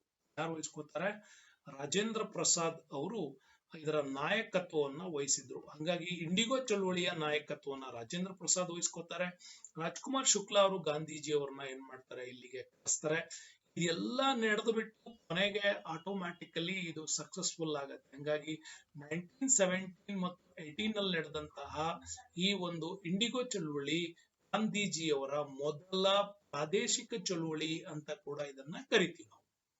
ಹಾಗಾದ್ರೆ ಮೊದಲ ಪ್ರಾದೇಶಿಕ ಚಳುವಳಿ ಅಂತ ಇದನ್ನ ಕರೆಯಿದ್ದಾರೆ. ಗಾಂಧೀಜಿಯವರ ಮೊದಲ ನ್ಯಾಷನಲ್ ಮೂವ್ಮೆಂಟ್ ಯಾವುದು ಅಂತ ಕೂಡ ಕೇಳ್ತಾರೆ. ಅದು ಇದು ನೆನಪಿಟ್ಕೊಳ್ಳಿ, ರೌಲತ್ ಕಾಯ್ದೆಯ ವಿರುದ್ಧ ಗಾಂಧೀಜಿ ನಡೆಸಿದ ಹೋರಾಟವೇ ಮೊದಲ ರಾಷ್ಟ್ರೀಯ ಚಳುವಳಿ ಅಂತ ಕೂಡ ಕರಿತೀವಿ. ಮೂರು ಪ್ರಾದೇಶಿಕ ಚಳುವಳಿಗಳಲ್ಲಿ ವೆರಿ ಇಂಪಾರ್ಟೆಂಟ್. ಗಾಂಧೀಜಿ ಮೊದಲು ಚಂಪಾರಣ್ಯದಲ್ಲಿ ನಡೆಸ್ತಾರೆ. ನೆಕ್ಸ್ಟ್ ಅಹಮದಾಬಾದ್ ರೈತ, ಅದು ಕೃಷಿ, ಅದು ಕೈಗಾರಿಕಾ ಗಿರಣಿ ಕಾರ್ಮಿಕರ ಹೋರಾಟ. ಆನಂತರ ಬರೋದು ನಮ್ಗೆ ಖೇಡಾ ಸತ್ಯಾಗ್ರಹ. ಇವು ಮೂರು ಗಾಂಧೀಜಿ ನಡೆಸ್ತಕ್ಕಂಥದ್ದು 1917, 1918 ಮತ್ತು 1918 ನಲ್ಲಿ ಮೂರು ಪ್ರಾದೇಶಿಕ ಚಳುವಳಿಗಳು ನಡೀತದೆ. ಹಾಗಾಗಿ ಗಾಂಧೀಜಿ ಮೊದಲು ಸಂಘಟಿಸಿದ ಜನಾಂದೋಲನ ಅಂತ ಬಂದ್ರೆ ಅದು ಇಂಡಿಗೋ ಚಳವಳಿ. ನೆಕ್ಸ್ಟ್ ಕ್ವೆಶ್ಚನ್ ನಂಬರ್ 13 ಏನ್ ಹೇಳುತ್ತೆ ಅಂತ. ಕೆಳಗಿನ ಯಾವ ಚಳುವಳಿಗಳಲ್ಲಿ ಮಹಾತ್ಮ ಗಾಂಧೀಜಿಯವರು ಉಪವಾಸ ಸತ್ಯಾಗ್ರಹವನ್ನು ಮೊದಲ ಅಸ್ತ್ರವನ್ನಾಗಿ ಬಳಸಿದ್ರು ಅಂತ. ಗಾಂಧೀಜಿ ಫಸ್ಟ್ ಟೈಮ್ ಯಾವ್ದ್ರಲ್ಲಿ ಬಳಸಿದ್ರು ಅಂತ ಕೂಡ ಕೇಳ್ತಾರೆ. ನಿಮ್ಗೆ ಈಗ ನಾನು ಇಲ್ಲಿ ಹಾಕಿರೋದು ಅಹಮದಾಬಾದ್ ಆ, ಅದು ಕೈಗಾರಿಕಾ ಕಾರ್ಮಿಕರ ಹೋರಾಟ, ರೌಲಟ್ ಸತ್ಯಾಗ್ರಹ, ಆಮೇಲೆ ನಾನ್ ಕೋಆಪರೇಷನ್ಸ್ ಮೂವ್ಮೆಂಟ್ ಅಂದ್ರೆ ಚಳುವಳಿ, ಮತ್ತು ಬಾರ್ಡೋಲಿ ಸತ್ಯಾಗ್ರಹ. ಬರೋಲಿ ಅಲ್ಲ, ಅದು ಬಾರ್ಡೋಲಿ ಸತ್ಯಾಗ್ರಹ ಯಾವುದು ಅನ್ನೋದು ವೆರಿ ಇಂಟ್ರೆಸ್ಟಿಂಗ್ ಕ್ವಶನ್ಸ್ ಇದೆ ನಿಮಗೆ. ಅದರಲ್ಲಿ ಇದು ಬರುತ್ತೆ ನಿಮಗೆ 1918ರಲ್ಲಿ ಗಾಂಧೀಜಿ ಅವರು ಮೊದಲ ಬಾರಿಗೆ ಭಾರತದಲ್ಲಿ ಉಪವಾಸ ಸತ್ಯಾಗ್ರಹವನ್ನ ಹಮ್ಮಿಕೊಳ್ತಾರೆ. ಇದಕ್ಕಿಂತ ಮುಂಚೆ 1906 ಅಲ್ಲಿ ಇವರು ದಕ್ಷಿಣ ಆಫ್ರಿಕಾದಲ್ಲಿ ಗಾಂಧೀಜಿ ಅದನ್ನೊಂದು ಅಸ್ತ್ರವಾಗಿ ಬಳಸಿದ್ರು. ನಮ್ಮಲ್ಲಿ 1918ಗೆ ಬಳಸ್ತಾರೆ. ಓಕೆ, ಸಾರಾಬಾಯಿ ಅವರ ವಿರುದ್ಧದ ಹೋರಾಟದಲ್ಲಿ ನಡೆದಿತ್ತು. ಏನಿದು, ಅಹಮದಾಬಾದ್ ನಲ್ಲಿ ಆ ಕಾಲಕ್ಕೆ ತುಂಬಾನೇ ಪ್ಲೇಗ್ ಕಾಯಿಲೆ ಬಂದಿತ್ತು. 18ಕ್ಕಿಂತ ಹಿಂದೆ ಪ್ಲೇಗ್ ಕಾಯಿಲೆ ಬಂದಿತ್ತು. ಕಾರ್ಮಿಕರು ಯಾರು ಬರ್ತಾ ಇರಲಿಲ್ಲ. ಆ ಸಂದರ್ಭದಲ್ಲಿ ಅನೌನ್ಸ್ ಮಾಡಲಾಗಿತ್ತು, ನಿಮಗೆ ಬಂದ ಒಟ್ಟು ಮೊತ್ತದಲ್ಲಿ ಹೆಚ್ಚಿನ ಬೋನಸ್ ಅನ್ನ ಕೊಡ್ಲಾಗತ್ತೆ, 50% ಬೋನಸ್ ಕೊಡ್ತೀವಿ ಅಂತ ಅನೌನ್ಸ್ ಮಾಡಿದ್ದಕ್ಕೆ ಬಂದ್ರು. ಸಾವನ್ನೂ ಲೆಕ್ಕಿಸದೆ ಅನೇಕ ಕಾರ್ಮಿಕರು ಭಾಗವಹಿಸಿದ್ರು. ಕಂಪನಿಗಳು ಲಾಭ ಆದವು, ಗಿರಣಿಗಳು ನಡೆಯಲ್ಪಟ್ಟವು. ಈಗ ಏನಾಯ್ತು, ಕೊಡಬೇಕಾದ ಸಂದರ್ಭ ಬಂದಾಗ ಇಷ್ಟು ಕೊಡ್ಲಿಕ್ಕೆ ಆಗಲ್ಲ ಅಂತೇಳಿ ಅಲ್ಲಿ ಸ್ಟ್ರೈಕ್ ನಡೀತಾ ಇತ್ತು. ಅವಾಗ ರೈತರು ಹೋರಾಟ ಮಾಡ್ತಾರೆ. ಇದ್ರ ಮಧ್ಯೆ ಕಾರ್ಮಿಕರು 50% ಕೇಳ್ತಾರೆ. ಓಕೆ, ಇವರು ಈ ಕಡೆ 20% ಕೊಡ್ಲಿಕ್ಕೆ, 15 to 20% ಕೊಡ್ಲಿಕ್ಕೆ ಕೈಗಾರಿಕೆ ಒಪ್ಪುತ್ತೆ. ಗಾಂಧೀಜಿ ಇದ್ರ ಮಧ್ಯೆ ಒಂದು ಸೆಟಲ್ಮೆಂಟ್ ಮಾಡ್ತಾರೆ, 35% ಆಫ್ ಬೋನಸ್ ಅನ್ನು ಕೊಡಬೇಕು ಅಂತ. ಹೀಗಾಗಿ ಗಾಂಧೀಜಿ ಮೊದಲು ಉಪವಾಸ ಸತ್ಯಾಗ್ರಹವನ್ನು ನಡೆಸಿದ್ದು ಅಹಮದಾಬಾದ್ ರೈತ ಹೋರಾಟದ ಮುಷ್ಕರದಲ್ಲಿ. ಇದನ್ನ ಕೈಗೊಂಡ್ಬಿಟ್ಟು ಯಶಸ್ವಿಗೊಳಿಸ್ತಾರೆ. ಓಕೆ, ಅವಾಗ ನಮ್ಗೆ ಸಾರಾಭಾಯಿ ಅವರ ಹೋರಾಟ ತುಂಬಾನೇ ಅಮೂಲ್ಯವಾಗಿ ಕಾಣಿಸ್ಕೊಳ್ತಕ್ಕಂಥ ಘಟನೆ. ನೆಕ್ಸ್ಟ್ ಬರೋಣ. ಪ್ರಾಂತೀಯ ಸರ್ಕಾರದಲ್ಲಿ ರಾಜಪ್ರಭುತ್ವವನ್ನು ಯಾವಾಗ ಸ್ಥಾಪಿಸಲಾಯಿತು? ಡಯಾರ್ಚಿ ಇನ್ ದ ಪ್ರೊವಿನ್ಸಿಯಲ್ ಗವರ್ನಮೆಂಟ್. ಇದು ಇಂಗ್ಲಿಷ್ ಅಲ್ಲೇ ಕರೆಕ್ಟ್ ಕ್ವಶನ್ಸ್. ಪ್ರಾಂತೀಯ ಸರ್ಕಾರದಲ್ಲಿ ದ್ವಿಪ್ರಭುತ್ವವನ್ನ ಯಾವಾಗ ಸ್ಥಾಪನೆ ಮಾಡಿದ್ರು ಅಂತ. 1892, 1900 ಮಾಂಟೆಗೋ, ದೆನ್ 1919 ಮಾಂಟೆಗೋ, ನನ್ ಆಫ್ ದೀಸ್ ಅಂತ ಇದೆ. 1892ರ ಕಾಯ್ದೆ, 1909ರ ಕಾಯ್ದೆ. ಅದಾದ ನಂತರ ನೀವು ನೋಡ್ಬೋದು ಇಲ್ಲಿ 1919ರ ಮಾಂಟೆಗೋ ಚಮ್ಸ್ಫರ್ಡ್ ಕಾಯ್ದೆ ಇದು ಇದೆ. ಅಂದ್ರೆ ಆನ್ಸರ್ಸ್ ನೀವು ಇಲ್ಲಿ ಗೆಸ್ ಮಾಡೋದಾದ್ರೆ ರೈಟ್ ಆನ್ಸರ್ ಬಂದ್ಬಿಟ್ಟು ಇದು 1919ರ ಕಾಯ್ದೆ. ಇದನ್ನ ಏನಂತ ಕರಿತೀವಿ ನಮ್ಮಲ್ಲಿ ಅಂತಂದ್ರೆ ಮಾಂಟೆಗ್ಯೂ. ಏನಂತ ಕರಿತೀವಿ? ಮಾಂಟೆಗ್ಯೂ ಚಮ್ಸ್ಫರ್ಡ್. ಓಕೆ, ಚಮ್ಸ್ಫರ್ಡ್ ಕಾಯ್ದೆ ಅಂತ ಕೂಡ ಇದನ್ನ ಕರಿತೀವಿ. ಅಂದ್ರೆ ಮಾಂಟೆಗೋ ಇಲ್ಲಿ ಭಾರತದ ಕಾರ್ಯದರ್ಶಿಯಾಗಿದ್ದ, ಚಮ್ಸ್ಫರ್ಡ್ ಇಲ್ಲಿ ಗವರ್ನರ್ ಜನರಲ್ ಆಗಿದ್ದ. ಚಮ್ಸ್ಫರ್ಡ್ ಏನಾಗಿದ್ದ? ಗವರ್ನರ್ ಜನರಲ್ ಆಗಿದ್ದ. ಇವರಿಬ್ಬರ ನಡುವೆ ನಡೆದಂತ ಒಂದು ಹೋರಾಟ ಇದು. ಓಕೆ, ಒಂದು ಕಾನೂನು ಇದು. ಈ ಕಾನೂನಲ್ಲಿ ಡಯಾರ್ಚಿಯನ್ನ ಏನ್ ಮಾಡ್ತಾರೆ, ಇದನ್ನ ಪ್ರಾಂತ್ಯಗಳಲ್ಲಿ ಜಾರಿಗೆ ತರ್ತಾರೆ. ಡಯಾರ್ಚಿಯನ್ನ ಏನ್ ಮಾಡ್ತಾರೆ? ಪ್ರಾಂತ್ಯಗಳಲ್ಲಿ ಜಾರಿಗೆ ತರ್ತಾರೆ. 1935ರ ಕಾಯ್ದೆಯಲ್ಲಿ ನೆನ್ಪಿಟ್ಕೊಳ್ಳಿ, ಭಾರತ ಸರ್ಕಾರದ 1935 ಅಲ್ಲಿ ಪ್ರಾಂತ್ಯಗಳಲ್ಲಿ ರದ್ದು ಮಾಡಿಬಿಟ್ಟು ಕೇಂದ್ರದಲ್ಲಿ ಈ ಕಾಯ್ದೆಯನ್ನ ಜಾರಿಗೆ ತರ್ತಾರೆ. ಹಾಗಾಗಿ 1919ರ ಮಾಂಟೆಗೋ ಚಮ್ಸ್ಫರ್ಡ್ ರೆಕಾರ್ಡ್ಸ್ ಅಲ್ಲಿ diarchy was a provincial government was established. Okay, 1909 ನಿಮ್ಗೆ ಗೊತ್ತಿದೆ, ಇದು ಮಿಂಟೋ ಮಾರ್ಲೆ ರಿಫಾರ್ಮೇಶನ್ಸ್. ಇದು ಕೂಡ ವೆರಿ ಇಂಟ್ರೆಸ್ಟಿಂಗ್. ನಮ್ಮಲ್ಲಿ 2 ಪಾಯಿಂಟ್ ನೆನ್ಪಿಟ್ಕೋಬೇಕು ಇದರಲ್ಲಿ. ಏನಪ್ಪಾ ಅಂತಂದ್ರೆ ಸಪರೇಟ್ ಅಲೋಕೇಟ್ ಗಳನ್ನ ಕೊಡ್ಲಾಯ್ತು. ಅಂದ್ರೆ ಪ್ರಾಂತೀಯ ಎಲ್ಲರಿಗೂ ಕೂಡ, ಮುಸ್ಲಿಮರಿಗೆ ಪ್ರತ್ಯೇಕವಾದಂತ ಚುನಾವಣಾ ಕ್ಷೇತ್ರಗಳನ್ನ ಇಲ್ಲೇನೆ. ನೆಕ್ಸ್ಟ್ ನೆನಪಿಟ್ಕೊಳ್ಳಿ, ಕ್ರಿಶ್ಚಿಯನ್ ಮೆಷಿನರಿಗಳಿಗೆ given the free pass to establish their religion ಅಂತ. ಎಲ್ಲರಿಗೂ ಕೂಡ ಇಲ್ಲಿ ಏನ್ ಮಾಡ್ಲಾಯ್ತು ಅಂತಂದ್ರೆ, ನೀವು ಕ್ರೈಸ್ತ ಧರ್ಮವನ್ನ ಪ್ರಚಾರ ಮಾಡ್ಲಿಕ್ಕೆ ಅವಕಾಶ ಮಾಡಿಕೊಟ್ರು. ಲೆಜಿಸ್ಲೇಟಿವ್ ಕೌನ್ಸಿಲ್ ಅಲ್ಲಿ ಕೂಡ ಅಷ್ಟೇ 16 ಇದ್ದಂತ ಮೆಂಬರ್ಶಿಪ್ ನ 60ಕ್ಕೆ ಹೆಚ್ಚಿಗೆ ಮಾಡಲಾಯಿತು. ಜನಪ್ರತಿನಿಧಿಗಳ ಸಂಖ್ಯೆಯನ್ನು ಕೂಡ ಲೆಜಿಸ್ಲೇಟಿವ್ ಕೌನ್ಸಿಲ್ ನಲ್ಲಿ ಜಾಸ್ತಿ ಮಾಡಿದ್ದು ಕೂಡ ಮಿಂಟೋ ಮಾರ್ಲೆ ರಿಫಾರ್ಮ್ಸ್ ಅಲ್ಲಿ. ಹಂಗಾಗಿ ಈ 2 ರಿಫಾರ್ಮ್ಸ್ ಗಳು ವೆರಿ ಇಂಪಾರ್ಟೆಂಟ್ ಕಾಯ್ದೆಗಳಿವು ನಮ್ಮಲ್ಲಿ. ಹಂಗಾಗಿ 1919 ಕೂಡ, then 1909 very first time exams ಅಲ್ಲಿ ಬರ್ತವೆ. ನೆಕ್ಸ್ಟ್ ಕ್ವಶನ್ ನಂಬರ್ 15 ಏನ್ ಹೇಳುತ್ತೆ? 1942ರ ಕ್ವಿಟ್ ಇಂಡಿಯಾ ಚಳುವಳಿಯ ಭಾಷಣದ ಸಮಯದಲ್ಲಿ ಮಾಡು ಇಲ್ಲವೇ ಮಡಿ ಘೋಷಣೆಯನ್ನ ಯಾರು ಕೊಟ್ಟರು ಅಂತ. ಓಕೆ, ಸುಭಾಷ್ ಚಂದ್ರ ಬೋಸ್, ಬಿಪಿನ್ ಚಂದ್ರ ಪಾಲ್, ಸರೋಜಿನಿ ನಾಯ್ಡು ಇವರಲ್ಲಿ ಯಾರು ಅಲ್ಲ ಅಂತ ಇದೆ. ಓಕೆ, 15ನೇದೇ ರೈಟ್ ಆನ್ಸರ್. ಈಗ ನಾವು ಮಾತಾಡಿದ್ವಿ, ಇದಕ್ಕೆ D answer is the right answer.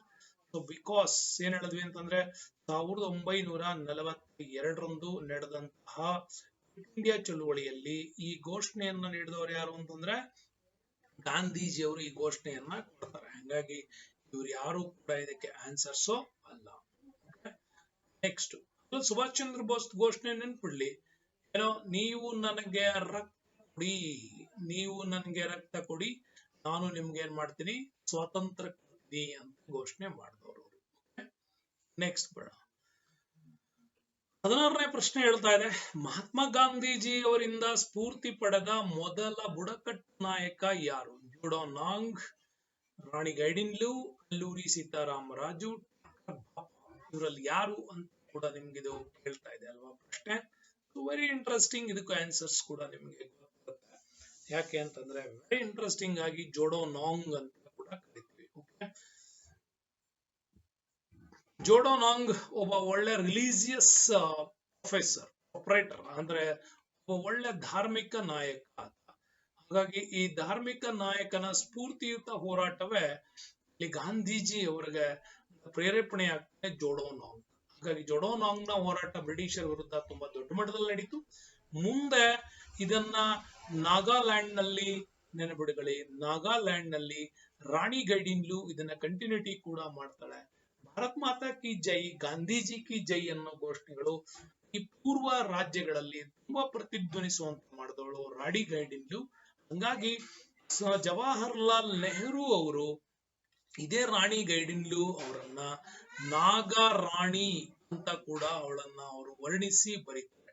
Discovery of India ಕೃತಿ ಇದೆಯಲ್ಲ, ಯಾರ್ದು, ಜವಾಹರ್ಲಾಲ್ ನೆಹರು ಅವರು ಡಿಸ್ಕವರಿ ಆಫ್ ಇಂಡಿಯಾ ಕೃತಿ 1942 ನಲ್ಲಿ ಅವ್ರನ್ನ ಅರೆಸ್ಟ್ ಮಾಡಿ ಜೈಲ್ಗೆ ಹಾಕಿದಾಗ ಜವಾಹರ್ಲಾಲ್ ನೆಹರು ಅವರು ಬರೆದಂತ ಕೃತಿ, ಆ ಕೃತಿಯಲ್ಲೇ ಅವ್ರು ರಾಣಿ ಗೈಡಿನ್ಲು ಅವರನ್ನ ವರ್ಣಿಸ್ತಾರೆ, ನಾಗರಾಣಿ ಅಂತ ಕೂಡ ವರ್ಣಿಸ್ತಾರೆ. ಇದು ನಿಮ್ಗೆ ಅಲ್ಲೂರಿ ಸೀತಾರಾಮರಾಜು ದಂಗೆ, ಇದು ಆಂಧ್ರ ಪ್ರದೇಶದಲ್ಲಿ ನಡೆದಂತಹ ಒಂದು ಹೋರಾಟ, ರೈತರ ಪರವಾಗಿ, ಅಲ್ಲಿನ ಅರಣ್ಯವಾಸಿಗಳ ಪರವಾಗಿ ಮಾಡಿದಂತ ಹೋರಾಟ. ಇನ್ ಭಾಪ ಕೂಡ ನಡೆಸಿದಂತ ದಂಗೆ ಕೂಡ ಬರ್ತದೆ. ಇದಿಷ್ಟು ನಿಮ್ಗೆ ವೆರಿ ಇಂಪಾರ್ಟೆಂಟ್ ರೈತರ ಹೋರಾಟ. ನೆಕ್ಸ್ಟ್ ಬರ್ತೀವಿ, ಕ್ವೆಶ್ಚನ್ ನಂಬರ್ 17. ಇಂಟ್ರೆಸ್ಟಿಂಗ್ ಪ್ರಶ್ನೆ ಇದು. ಹರ್ವಿಲಾಸ್ ಸರ್ದಾರ್ ಅವರು ಈ ಕೆಳಗಿನ ಯಾವ ಕಾಯ್ದೆಯನ್ನ ಮಂಡಿಸಿದ್ರು ಅಂತ. ಇದನ್ನ ಹಿಂದೂ ನಾಗರಿಕ ವಿವಾಹ ಕಾಯ್ದೆ ಇದೆ, ಹಿಂದೂ ಮಹಿಳಾ ಉತ್ತರಾಧಿಕಾರ ಕಾಯ್ದೆ ಇದೆ, ಬಾಲ್ಯ ವಿವಾಹ ತಡೆ ಕಾಯ್ದೆ ಇದೆ, ವಿಧವಾ ವಿವಾಹ ಪುನರ್ ವಿವಾಹ ಕಾಯ್ದೆ ಕೂಡ ಇದೆ. ಹಾಗಾಗಿ 17ನೇ ಪ್ರಶ್ನೆಗೆ ಸರಿಯಾದ ಆನ್ಸರ್ ಅಂತಂದ್ರೆ ಬಾಲ್ಯ ವಿವಾಹ ತಡೆ ಕಾಯ್ದೆ 1929 ಇದನ್ನ ಮಂಡಿಸ್ತವ್ರು. ಚೈಲ್ಡ್ ಮ್ಯಾರೇಜ್ ರಿಸ್ಟ್ರೈಂಟ್ ಆಕ್ಟ್ ಅಂತ 1929 ಅಲ್ಲಿ ಹರ್ವಿಲಾಸ್ ಸರ್ದಾರ್ ಅವರು ಈ ಕೆಳಗಿನ ಕಾಯ್ದೆಯನ್ನ ಮಂಡಿಸ್ತಾರೆ. ಈ ಕಾಯ್ದೆ ಪ್ರಕಾರನೇ ಸ್ನೇಹಿತರೆ ಭಾರತದಲ್ಲಿ ಏನ್ ಮಾಡಿದ್ರು ಅಂತಂದ್ರೆ, ಮಹಿಳೆಯರ ಮದುವೆಯ ವಯಸ್ಸನ್ನ 18 ವಯಸ್ಸಕ್ಕೆ ಸೀಮಿತ ಮಾಡಿದ್ರೆ, ಪುರುಷರ ವಯಸ್ಸನ್ನ 21ಕ್ಕೆ ಕೂಡ ಗುರುತಿಸಲ್ಪಟ್ರು. ಬಟ್ ಅಟ್ ಪ್ರೆಸೆಂಟ್ ನೀವು ನೋಡೋದಾದ್ರೆ ಈಗ 21 ಇಬ್ಬರಿಗೂ ಕೂಡ. ಓಕೆ, ಇದು ವೆರಿ ಇಂಪಾರ್ಟೆಂಟ್ ನೆನಪಿರಲಿ. ಹಾಗಾಗಿ ಬಾಲ್ಯ ವಿವಾಹ ಕಾಯ್ದೆ ಆ ಕಾಯ್ದೆಗೆ ಬಂತು. ಲೋ ರಿಮ್ಯಾರೇಜ್ ಆಕ್ಟ್ ನಿಮ್ಗೆ ನೆನಪಿರಲಿ, 1856 ಅಲ್ಲಿ ಲಾರ್ಡ್ ಡಾಲೌಸಿಯ ಕಾಲದಲ್ಲಿ ಬಂದಂತದ್ದು. And Hindu civil marriage act, Hindu women successions act ಅಂತ ಕೂಡ ಬರ್ತವೆ, ಮಹಿಳಾ ಉತ್ತರಾಧಿಕಾರ ಕಾಯ್ದೆಗಳು. ಹಂಗಾಗಿ ಭಾರತದ ಸರ್ಕಾರದ ಕಾಯ್ದೆಗಳ ವಿಚಾರದಲ್ಲಿ ನೀವು ಓದಬಹುದಾದಂತ ವೆರಿ ಇಂಟ್ರೆಸ್ಟಿಂಗ್ ಕಾಯ್ದೆಗಳು ಇವು 4 ಕೂಡ. ಓಕೆ, ನೆಕ್ಸ್ಟ್ 18ನೇ ಪ್ರಶ್ನೆ ಇದೆ, ಇಂಟ್ರೆಸ್ಟಿಂಗ್ ಕ್ವಶನ್ಸ್. ಮಹಾತ್ಮ ಗಾಂಧಿಯವರು ಯಾವಾಗ ಕಾಂಗ್ರೆಸ್ನ ವಾರ್ಷಿಕ ಅಧಿವೇಶನದ ಅಧ್ಯಕ್ಷರಾಗಿದ್ರು ಅಂತ. ಓಕೆ, ಇದು ನಿಮ್ಗೆ ಅಕಾಡೆಮಿ ಆಪ್ ಅಲ್ಲಿ ನೀವು ನೋಡುವಾಗ ಇದೊಂದು ಸ್ವಲ್ಪ ಇಸ್ವಿ ತಪ್ಪಾಗಿತ್ತು, 1925 ಇತ್ತು. ಇದನ್ನು ನೀವು ಸರಿ ಮಾಡ್ಕೋಬೇಕು, ಇದು 1924. ಮಹಾತ್ಮ ಗಾಂಧಿ ಅವರು ಯಾವ ಕಾಂಗ್ರೆಸ್ ಅಧಿವೇಶನದ ವಾರ್ಷಿಕ ಅಧ್ಯಕ್ಷತೆ ವಹಿಸಿದ್ರು? ಗಾಂಧೀಜಿಯವರು ವಹಿಸಿದ್ದು ಬೆಳಗಾವಿ ಸೆಷನ್ಸ್ ಅಲ್ಲಿ. ವೆರಿ ಇಂಟ್ರೆಸ್ಟಿಂಗ್ ಸೆಷನ್ಸ್ ಆಗಿತ್ತು.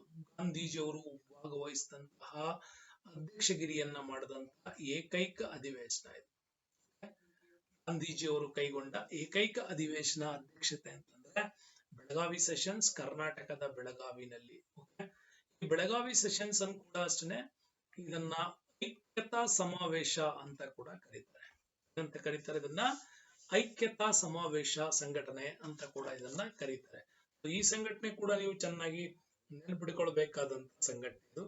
ಈ ಸಂಘಟನೆಯಲ್ಲೇ ಗಾಂಧೀಜಿಯವರ ಬಹಳ ಪ್ರಮುಖವಾಗಿರ್ತಕ್ಕಂಥ ಒಂದು ಹೋರಾಟಗಳು, ವಿಶ್ಲೇಷಣೆಗಳು ಎಲ್ಲ ಕೂಡ ನಡೆದದ್ದು ಇದೇ ಟೈಮಲ್ಲಿ. ಹಂಗಾಗಿ ವೆರಿ ಇಂಟ್ರೆಸ್ಟಿಂಗ್ ಆಗಿ ಇದನ್ನ ನಾವು ನೋಡುವಾಗ ಹೇಳ್ತಾ ಇರ್ತೀವಿ. ಹಾಗಾಗಿ ಬಹಳ ಜನರು ಕೂಡ ಇದನ್ನ ಸರಿಯಾಗಿ ಅರ್ಥ ಮಾಡ್ಕೊಳ್ಬೇಕಾದಂತಹ ವಿವರಣೆ ನಿಮ್ಗಿಲ್ಲಿ ಸಿಗತ್ತೆ.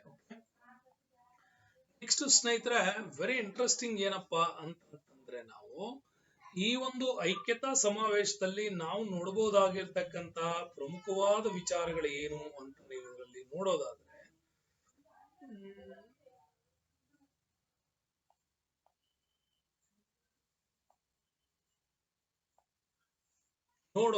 ಸ್ನೇಹಿತರೆ, ಈ ವಾರ್ಷಿಕ ಅಧಿವೇಶನದ ಅಧ್ಯಕ್ಷತೆಯನ್ನು ವಹಿಸಿದಾಗ ಇಲ್ಲಿ ಎಲ್ಲಾ ರೀತಿಯ ರಾಷ್ಟ್ರೀಯ ಸಂಘಟನೆಗಳು ಕೂಡ ಇಲ್ಲೇ ತಮ್ಮ ಐಕ್ಯತಾ ಹೋರಾಟವನ್ನು ಕೂಡ ಮಾಡಿದ್ವು.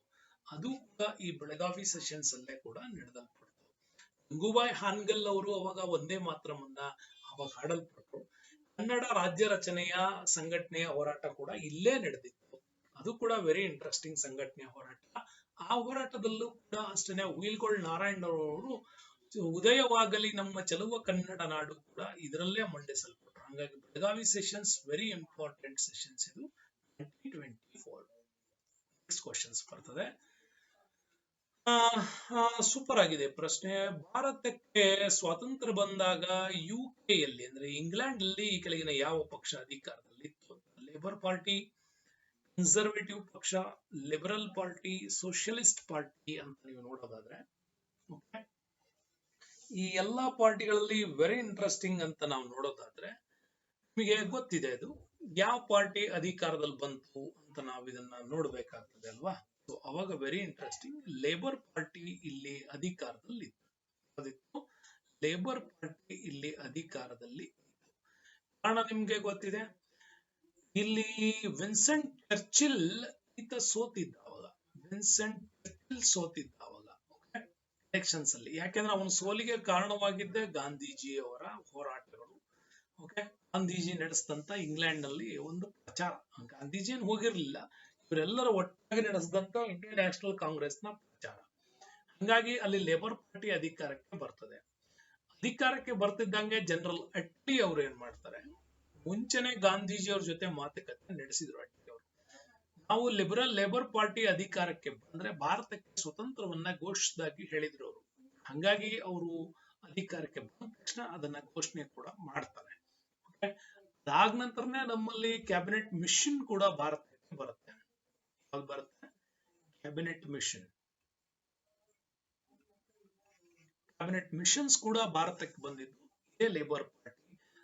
3 ಸದಸ್ಯರ ಈ ಲೇಬರ್ ಪಾರ್ಟಿ ಕೂಡ ಅಧಿಕಾರಕ್ಕೆ ಬಂದಿದ್ರು. ಬಂದು ಮಾತುಕತೆಯನ್ನ ನಡೆಸಿ ಭಾರತಕ್ಕೆ ಸ್ವತಂತ್ರ ಕೊಡುವಂತಹ ಒಂದು ವಿಷಯ ಮತ್ತು ಜವಾಬ್ದಾರಿಯನ್ನ ಈ ಲೇಬರ್ ಪಾರ್ಟಿ ಅವತ್ತು ನಡೆಸಿತ್ತು. ಹಂಗಾಗಿ UK ಯಲ್ಲಿ ಅವಾಗ ಅಧಿಕಾರಕ್ಕೆ ಬಂದದ್ದು ಯಾವುದು ಅಂದ್ರೆ ಲೇಬರ್ ಪಾರ್ಟಿ. ನೆನ್ಪಿಟ್ಕೊಳ್ಳಿ, ಅವಾಗ ಪ್ರಧಾನಿ ಆದವರು ಯಾರು ಅಂದ್ರೆ ಜನರಲ್ ಅಟ್ಲಿ ಅವರು ಪ್ರಧಾನಿ ಆಗ್ತಾರೆ. ಗಾಂಧೀಜಿ ನಡುವಿನ ಮಾತುಕತೆಗೂ ಅಟ್ಲಿಗೂ ವೆರಿ ಇಂಟ್ರೆಸ್ಟಿಂಗ್ ಆಗಿರ್ತಕ್ಕಂಥ ವಿಚಾರ ನಡೆದಿತ್ತು ಇದೇ ಸಂದರ್ಭದಲ್ಲಿ. ಹಂಗಾಗಿ ಇದನ್ನ ವೆರಿ ಇಂಟ್ರೆಸ್ಟಿಂಗ್ ಆಗಿ ನಾವು ನೋಡ್ತಾ ಇರ್ತೀವಿ. ಹಾಗಾಗಿ ಗಾಂಧೀಜಿ ಅವರು ಕೂಡ ಬಹಳ ಸುಂದರವಾಗಿ ಇಂಗ್ಲೆಂಡ್ ಅನ್ನ ಬೆಂಡ್ ಮಾಡಿದ್ದೆ ಅವರ ಸಂವಿಧಾನದ ಒಂದು ಕ್ಯಾಬಿನೆಟ್ ವ್ಯವಸ್ಥೆಯಲ್ಲಿ ಬದಲಾವಣೆಗಳನ್ನು ತರೋದ್ರ ಮುಖಾಂತರ ಭಾರತಕ್ಕೆ ನಾವು ಸ್ವತಂತ್ರವನ್ನ ಕೊಡಿಸಬಹುದು ಅನ್ನೋದು ಇತ್ತು. ಹಂಗಾಗಿ ಇದನ್ನ ಅವರು ಅಲ್ಲಿ ರೈಟ್ ಮಾಡ್ತಾರೆ. ನೆಕ್ಸ್ಟ್ ಕ್ವಶನ್ಸ್ ಇದೆ. 20 ಏನ್ ಹೇಳುತ್ತೆ ಅಂತ ನೋಡೋಣ. ಗಾಂಧೀಜಿಯವರು 1 ವರ್ಷದಲ್ಲಿ ಸ್ವರಾಜ್ಯ ಎಂಬ ಘೋಷಣೆಯನ್ನ ಯಾವಾಗ ನೀಡಿದ್ರು ಅಂತ? ಗುಂಡು ಮೇಜಿನ ಸಮ್ಮೇಳನ ಸಮಯದಲ್ಲಿ, ಅಸಹಕಾರ ಚಳುವಳಿಯ ಸಮಯದಲ್ಲಿ, ದಂಡಿ ಮಾರ್ಚ್ ಸಮಯದಲ್ಲಿ, ನಾಗರಿಕ ಅಸಹಕಾರ ಚಳುವಳಿಯ ಸಮಯದಲ್ಲಿ ಅಂತ 4 ಸ್ಟೇಟ್ಮೆಂಟ್ಗಳು ಮುಂದೆ ಇದೆ. ಗಾಂಧೀಜಿಯವರು 1 ವರ್ಷದಲ್ಲಿ ಸ್ವರಾಜ್ಯ ಅಂತ ಘೋಷಣೆ ಮಾಡಿದ್ದವರು ಅಸಹಕಾರ ಚಳುವಳಿಯ ಸಂದರ್ಭದಲ್ಲಿ.